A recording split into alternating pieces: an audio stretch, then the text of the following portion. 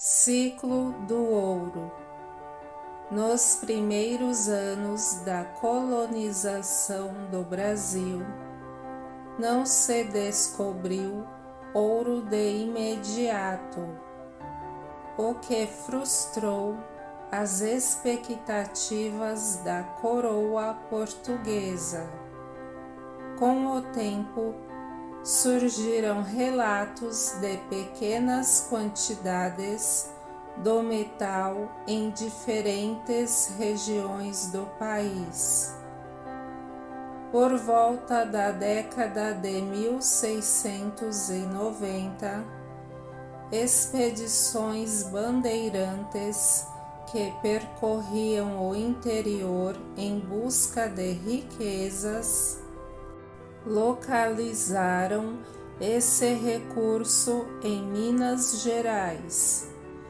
Esse acontecimento provocou profundas transformações na sociedade colonial, impulsionando a migração interna, o crescimento de vilas e a reorganização da economia em torno da mineração. Ao contrário da sociedade rural do ciclo do açúcar, a do ouro era predominantemente urbana e teve papel decisivo no povoamento da região que hoje conhecemos como Minas Gerais. A descoberta atraiu milhares de pessoas de diferentes partes da colônia e também de Portugal, gerando um intenso movimento migratório para o interior. Com isso, surgiram importantes núcleos urbanos, como a cidade de Ouro Preto, que se tornou um dos principais centros da mineração. Houve maior diversidade social, com a presença de donos de minas, comerciantes, funcionários públicos, homens livres, pobres e escravizados. O crescimento da atividade extrativa intensificou o uso da mão de obra africana, ampliando ainda mais a escravidão no Brasil colonial. A estrutura social formada em torno dessa atividade permitia alguma mobilidade, especialmente para comerciantes e garimpeiros que conseguiam acumular riqueza. Alguns escravizados conseguiam comprar sua liberdade com o dinheiro obtido em pequenos trabalhos autorizados pelos senhores. Embora atuassem principalmente para os donos das minas, em certos casos conseguiam juntar recursos e negociar a alforria. Essa sociedade não era tão rígida quanto a estrutura senhorial do Nordeste açucareiro, onde o poder estava concentrado na aristocracia rural. A presença de atividades econômicas variadas, como comércio, serviços e artesanato, também contribuía para essa flexibilidade. O governo português deixou de priorizar a produção de cana-de-açúcar e passou a concentrar-se na extração de ouro, que oferecia uma fonte de riqueza mais imediata e fácil de cobrar impostos. Esse produto agrícola, por sua vez, dependia do comércio externo e enfrentava forte concorrência das Antilhas francesas, inglesas e holandesas, o que reduziu sua importância no mercado europeu. A expansão da atividade mineradora no país teve profundas consequências para o território e a organização econômica da colônia. A entrada dos bandeirantes rumo ao interior do Brasil acabou enfraquecendo as fronteiras que haviam sido traçadas anteriormente. Os limites definidos pelo Tratado de Tordesilhas foram gradualmente desconsiderados. Esse movimento em direção às áreas interiores incentivou a ocupação de territórios que antes não eram explorados pelo governo português. A exploração aurífera, iniciada no final do século XVII, impulsionou o povoamento do interior do Brasil, especialmente em Minas Gerais, porque ali se concentravam as maiores e mais ricas jazidas de ouro, mas também ocorreram descobertas em outras regiões como Goiás e Mato Grosso. A busca por ouro levou à formação de cidades, ocupando áreas antes isoladas e deslocando o centro econômico da colônia do Nordeste para o Sudeste. No Centro-Oeste, a descoberta de jazidas também ampliou a ocupação, embora com menor relevância econômica. Em 1763, a capital do Brasil foi transferida de Salvador para o Rio de Janeiro. A cidade passou a desempenhar papel central no escoamento do ouro, e sua posição geográfica estratégica favorecia a defesa do território frente à presença espanhola no sul, além de facilitar o controle do comércio e a fiscalização do contrabando. Esse ciclo fez com que diferentes partes do país se conectassem de forma mais efetiva. O Rio de Janeiro fornecia escravizados para as minas.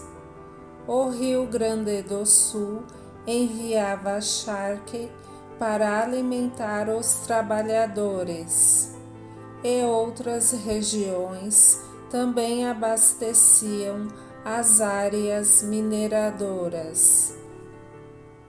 Em 1603, por meio de uma carta régia que estabeleceu o regimento das terras minerais, foi criado o cargo de provedor das minas, responsável por fiscalizar a exploração mineral e cobrar o quinto.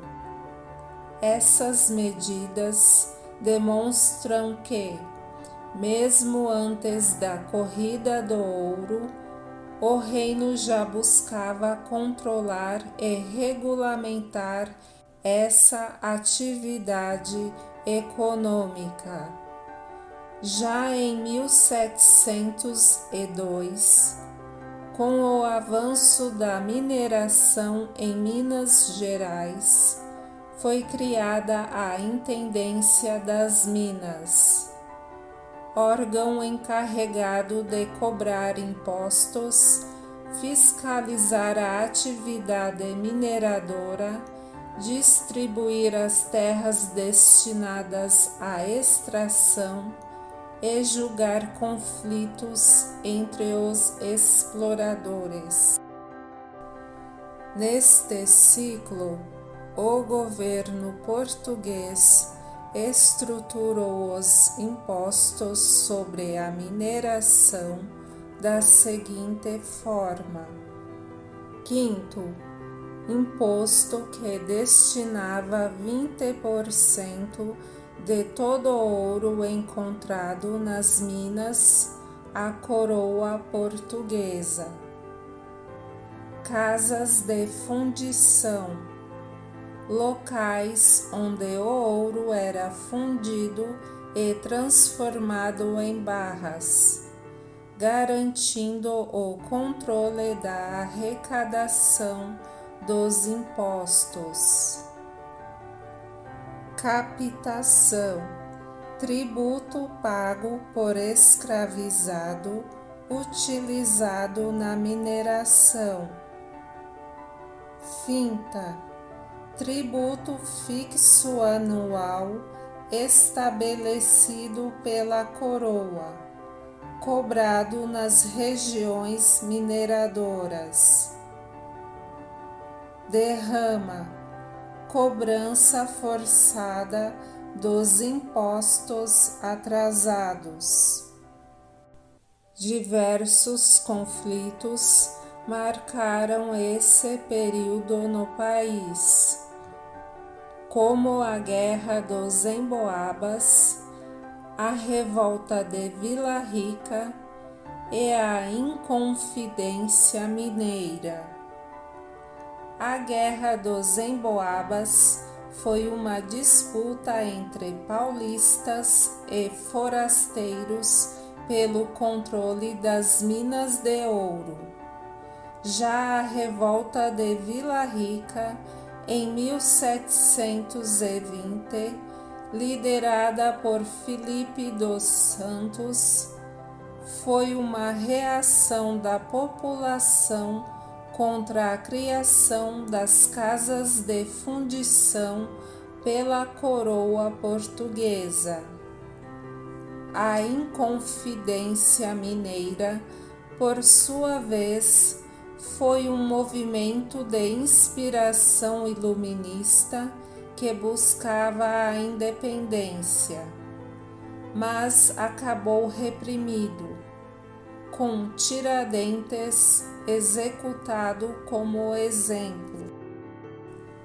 Durante o auge da mineração no século XVIII, o barroco floresceu como estilo artístico dominante em Minas Gerais. Financiado pela riqueza do ouro e pela presença da Igreja Católica, se manifestou em igrejas suntuosas, esculturas dramáticas e pinturas marcadas pela religiosidade e exuberância. Artistas como Aleijadinho e Mestre Ataíde deixaram um legado que refletia tanto a fé quanto a vida social da colônia. Algumas famílias enriquecidas pelo ciclo do ouro enviaram seus filhos para estudar na Europa, especialmente em Portugal. Lá, eles tiveram contato com as ideias iluministas e com o arcadismo literário, que valorizava a simplicidade, a natureza e a razão. Ao retornarem, esses jovens trouxeram influências que marcaram principalmente a literatura e o pensamento político da colônia. Esse intercâmbio cultural ajudou a formar uma identidade cada vez mais crítica diante da realidade colonial e inspirada por ideais de liberdade e transformação. Ao longo daquela época, grande parte do ouro extraído no Brasil foi enviada à metrópole, sustentando a coroa e a economia portuguesa. Após o terremoto de Lisboa em 1755, ele foi essencial para financiar a reconstrução da cidade, permitindo a criação de novas estruturas urbanas, edifícios públicos e igrejas, sob a liderança do Marquês de Pombal. Esse recurso foi, em grande parte, utilizado para pagar dívidas com a Inglaterra, e muitos historiadores acreditam que ele contribuiu para financiar a Revolução Industrial Inglesa. No Brasil, porém, a riqueza não foi reinvestida de maneira estruturante. O ouro de aluvião, encontrado nos leitos dos rios e facilmente retirado, impulsionou a mineração no Brasil, com destaque para Minas Gerais. Ao longo das décadas, porém, as jazidas superficiais começaram a se reduzir, tornando a exploração mais difícil e onerosa. Esse enfraquecimento fez com que as regiões produtoras entrassem em crise, e a economia colonial passou a depender de novos ciclos produtivos. A diminuição das reservas do metal marcou o início da decadência da atividade, provocando queda na arrecadação de impostos, migração populacional e surgimento de tensões sociais e políticas. No final do século XVII, os primeiros sinais de riqueza em Minas Gerais mudaram os rumos da colônia. Ao longo do século XVIII, a mineração dominou a economia e redesenhou o mapa social do Brasil. Entre 1700 e 1760, o brilho dessa era foi intenso, mas já no fim do século começou a se apagar. Com o esgotamento das jazidas, a mineração resistiu em menor escala no século XIX, mas o ciclo já havia chegado ao fim.